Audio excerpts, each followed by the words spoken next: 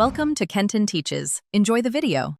You start by identifying the adapter and gathering tools so you can act quickly. Explain what you see: USB stick or PCIe card, plus your operating system, since drivers differ.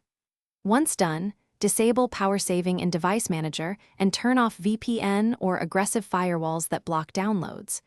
Make sure you have driver files or a phone hotspot ready.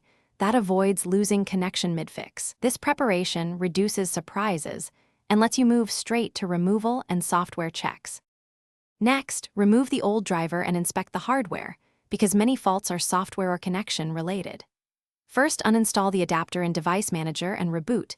This forces Windows to forget corrupted settings. Then power down, reseat the card or unplug, and reinsert the USB adapter, and inspect connectors and antennas for debris or damage. Once hardware looks good, install the latest official driver, using compatibility mode for older OS versions. Make sure to follow installer prompts and reboot so the new driver initially. Finally, validate the fix by testing connectivity and performance so you confirm success. Run a ping to your gateway and an internet speed test, and check signal strength. If values meet expectations, lock or document the working driver version. If intermittent, consider firmware updates only after backing up settings.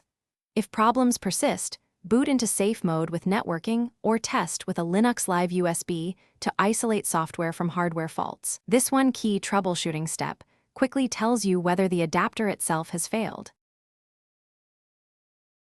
Thanks for watching. Please subscribe if this video was helpful.